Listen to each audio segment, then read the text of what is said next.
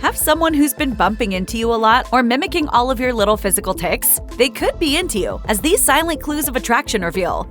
Have you ever noticed when a certain someone always has their eye on you? Maybe you constantly catch them glancing in your direction or just looking away. Or if you're having a conversation, they're focused intently with strong eye contact. Eye contact is one of those intimate, vulnerable connections that puts some people at ease and sends others running for the hills. It's also a culturally specific social cue. While some cultures consider direct eye contact a sign of attention or trustworthiness, others regard too much of it as aggressive or invasive. In a Western context, eye contact can tell you a lot about a budding relationship, and if the moment feels comfortable and natural, you may just be experiencing mutual attraction.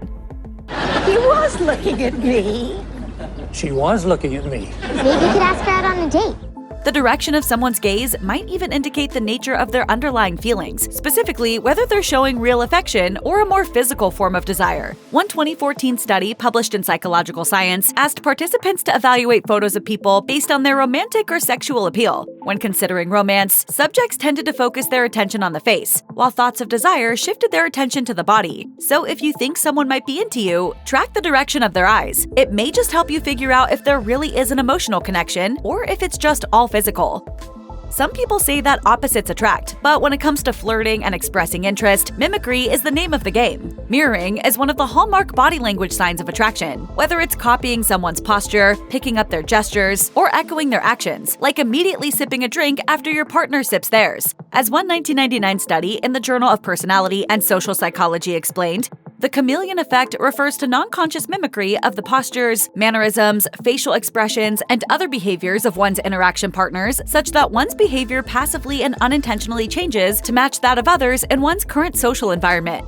To put it in slightly less academic wording, the more someone mimics you, the more attached or empathetic they may be feeling towards you. However, this could theoretically reflect just a strong platonic friendship. Although a 2016 study in the journal Cognition found that people tend to mirror romantic partners more strongly than platonic relations. If you're unsure what constitutes a stronger level of mirroring from a potential admirer, try watching them interact with other people. Do they seem to be mirroring their besties in a similar way, or is it obviously more pronounced with you? If you notice a clear difference, it could be a sign that they're hoping for something deeper.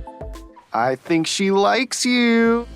It can be a little nerve-wracking to interact with your crush, so it's no wonder that fidgeting and self-conscious grooming can be signs of potential attraction. Look for little tics, like your crush fixing their hair, adjusting their clothes, running their tongue over their teeth, tinkering with jewelry, or reapplying lip balm. Innocent self-touch is a widely accepted gesture of interest. As a 2018 review in Psychological Bulletin explained, researchers tend to agree on a small number of behaviors, including self-touch, as associated with attraction.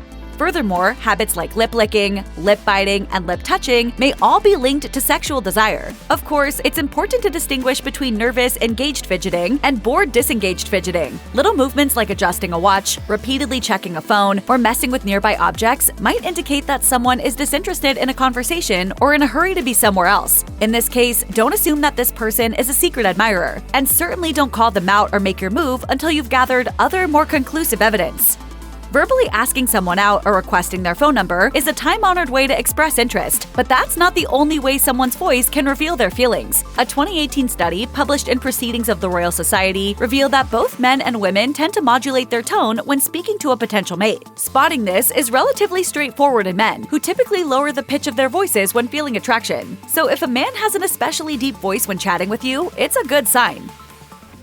How does that feel, baby? Lower. How does that feel, baby? As for women, voice modulation tends to go in one of two directions. The study's female participants lowered their pitch when addressing someone perceived as generally attractive, but they actually raised their pitch when talking with someone they were uniquely individually attracted to. Researchers hypothesized that women might be subconsciously trying to appear youthful and feminine toward people they liked, while projecting intimacy and sexuality towards someone considered physically desirable. To spot this attraction signal, try comparing the tone your crush uses with you against the baseline voice they use with other people. Anything significantly higher or lower could indicate attraction.